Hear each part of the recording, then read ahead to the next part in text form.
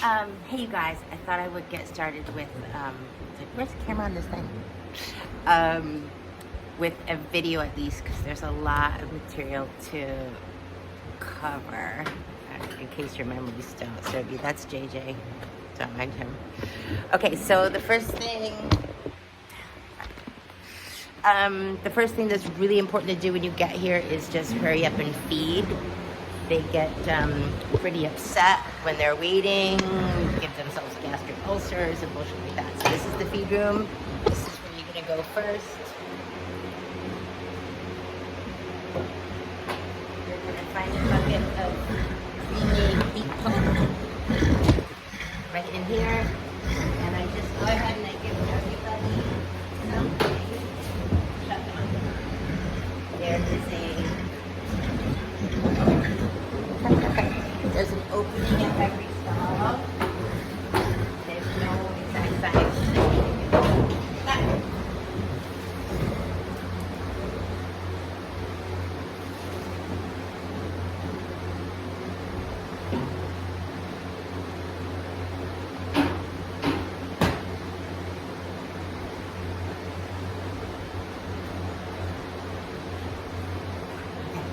So that is the sound of no horse complaining. So they're all minding their business. There are 6 horses in the barn, 2 horses living out back. So we do the in the barn horses first. So now that they are somewhat quieter, and that was beet pulp, something that I soak ahead of time for each meal. All right, then we're gonna go back into the kitchen, the feed room, which is always locked. We need a camera person. But that's the mothership right here, the grain bin.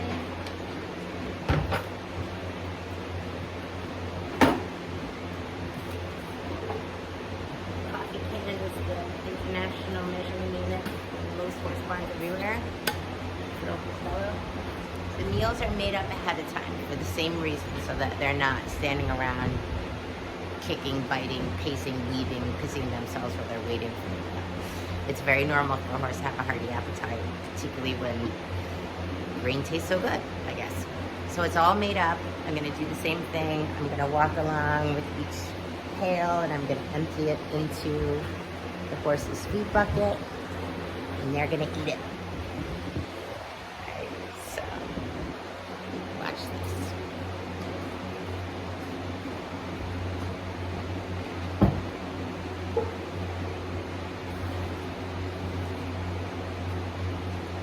So these buckets are stuffed. Everybody's named on the inside. And I'm going to do the same thing. I'm going to approach each stall, feed them. It's poor manners for a horse to try to knock the bucket out of my hand, so be a little bit of a guidance counselor when it comes to doing camp.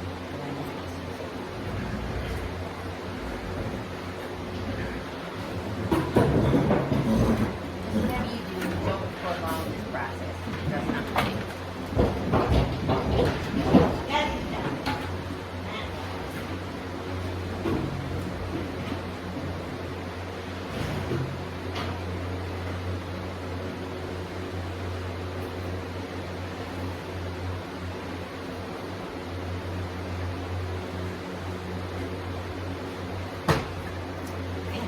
So now I have 6 empty buckets and 6 slightly less agitated animals. So I'm going to go back to the grain bin, and above the bin is a whiteboard and that's got the recipes on it. So I'm going to make up their meals for tomorrow.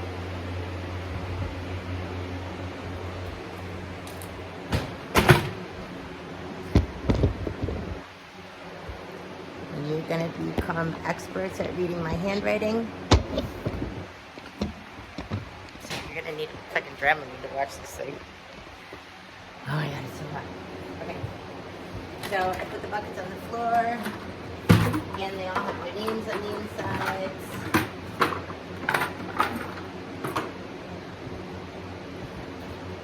The outdoor horses, their feed is made up also. I do them afterwards. I just want to get this breakfast sorted out while they're occupied. It's very much like having 1,200-pound toddlers. It's their house. To make them bad. Just makes them annoying. But they do this for a living, so yeah. I'm using a different scoop right now for my way I'm watching. So it's slightly different method.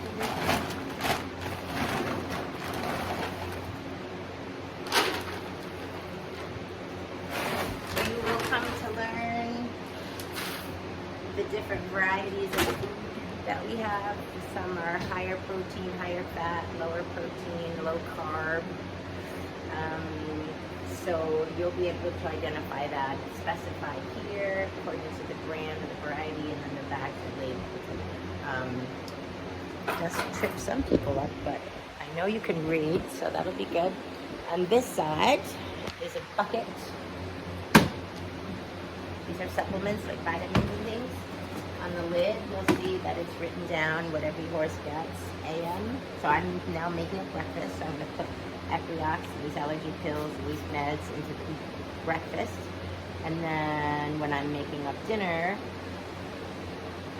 tomorrow morning, I will add into PM certain foods. So some horses get things once a day, some horses. So there's everything from like a cough suppressant,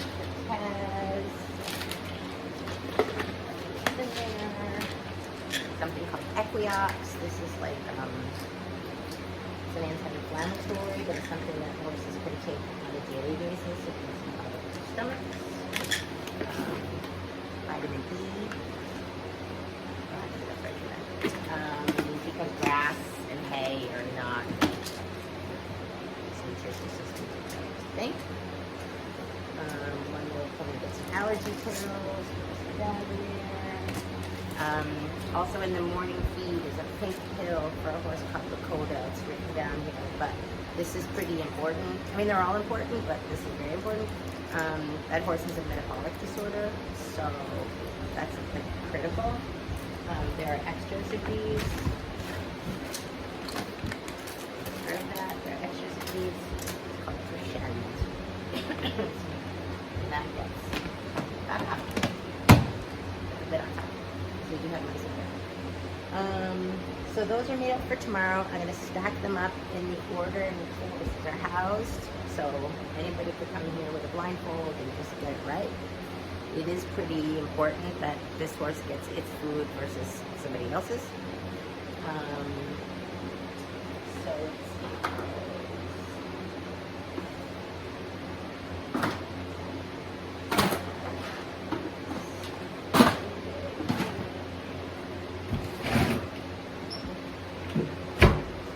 I'm putting that back in the bin.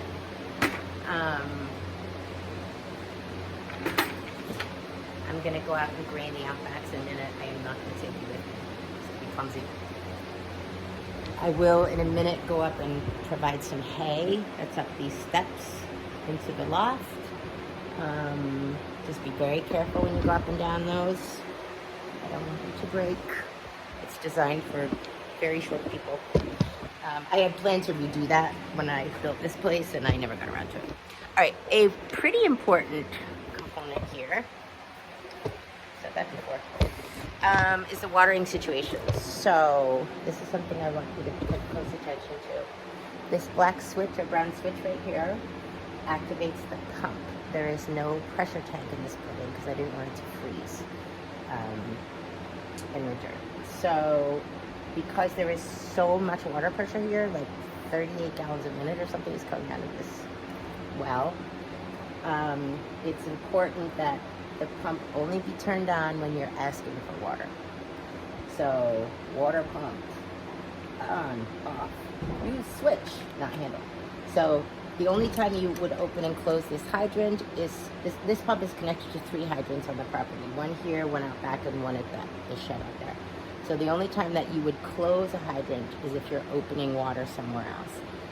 I try to minimize the activity on these hydrants because when they break, I have to dig a 6-foot hole and replace the whole thing, and it's really uncomfortable. So this stays up. There's my switch for water. And at the end of my hose, There's a valve so that when I ask for water, I don't spray myself in the face. And for this too, you don't have to go into anybody's stall. You can do this all from the outside.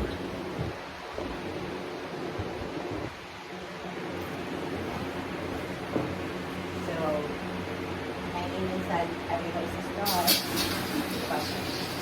and it needs to be filled to the brim, and this needs to be cleaned. You might have to clean it when I'm gone next week. Because kind of messy. If I'm expecting a storm and power outage, I will fill up every bucket.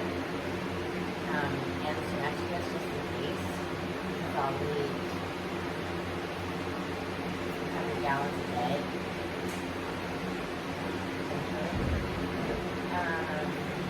So we just keep these full all the time. So normally when I feed in the morning and I feed in the stalls, I water last so that by the time I leave after morning chores, I'm topping up for the chores. Morning chores take me about 45 minutes, so I'm going to feed into stalls and then time. Evening chores like this, if I weren't walking around with the camera, take me about 10 minutes. When you're here next week, that gray horse will be gone. That gray horse in the end, she bangs for food. It's really annoying every day to hate her. But she's on a diet, so she is going to get a little hay after this one.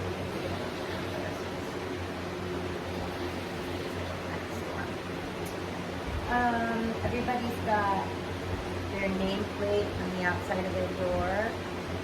It'll tell you a little bit about their personalities, but their moods can change from one moment to the next. Every door needs to be securely fastened. So like tonight, nobody has to go in during feeding, nobody has to go in there, but check every door every time. Some of them know how to get them open. And I have a secondary fixture for those characters. But you never know, somebody might come and do something and forget to close the door. So that's Taz. Awesome. I leave the fans on right now because this is so stupidly hot. It also makes the dogs off them. But if it's one of those evenings where it's not this crazy hot, it's not this buggy, you can certainly turn the fans off. But during the day, they need to be on. When I'm going to throw hay down from the loft in a few minutes, I'm going to try to drop the hay from overhead right in front of each horse's fan so that they're not forced to stand away from the air just to eat. Do have a look in the water buckets, please, when you're doing this. You might find the occasional dead mouse, in which case, you gotta take the bucket out, scrub it with some bleach and stuff. And if it starts to smell kind of rank, I'll show you how to take the buckets out. Monday. You'll enjoy cleaning his stall the least because it's an enormous cleaning stall. I had somebody working for me once, and he was like, "Did I feed him wrong?" I'm like, no, he just shits himself every day. I think he's just trying to keep his pasture clean, so he gets all his business inside.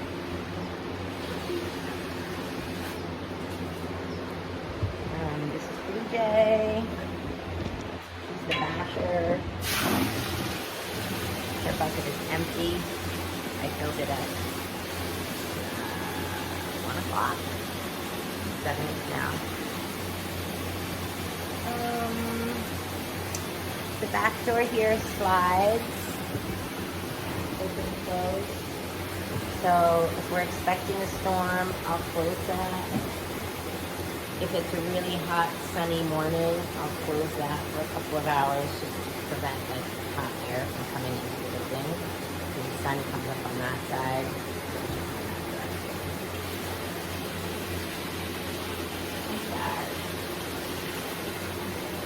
sulking. Can you tell?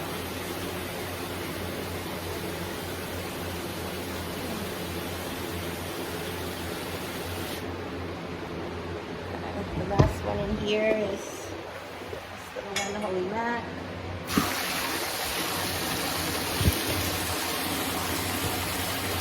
So cute.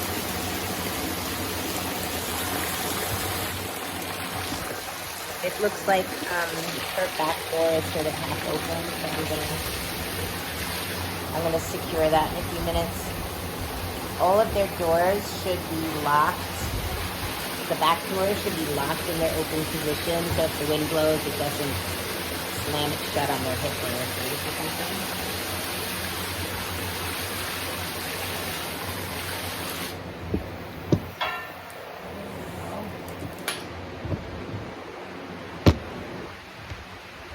Most of these doors, as I said, have this bungee cord attachment. Horses are opportunists, so if they see an opportunity, they will go for it. So I would never leave dishes open while I go in there.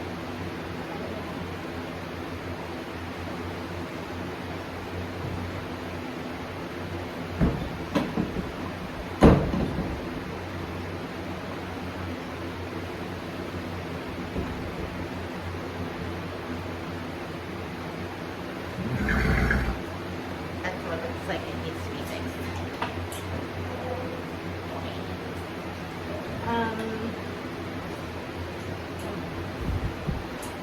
So I'm gonna go upstairs and throw down some hay, and then I'll go feed the Outbacks.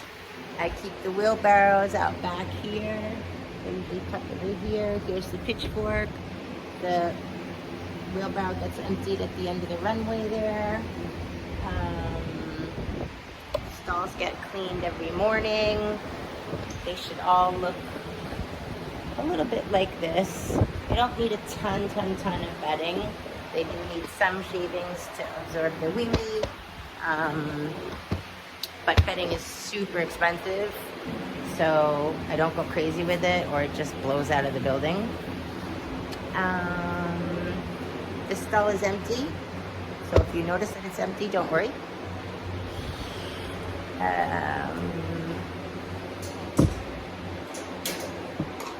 I'm gonna go now and turn the water pressure off. Water pump off, because I did do my job watering. Boom. So there's gonna be a little bit of water. There's gonna be a little bit of water left in this hose. It hasn't rained, I think. Water that comes out front. But very probably, what I'll do with it, I keep this watering can here for when I'm sweeping. Because when I sweep the aisle after chores in the morning, I don't want to kick dust up everywhere. So I usually put a little water on the aisle. So I'm just draining the hose into that. This is a gravel floor, but I'm not keen on dumping water here. Alright, so that's how I'm going to leave the water thing. I'm going to go do the hay and the Outbacks, and then I'm going to close up. So that's it for now.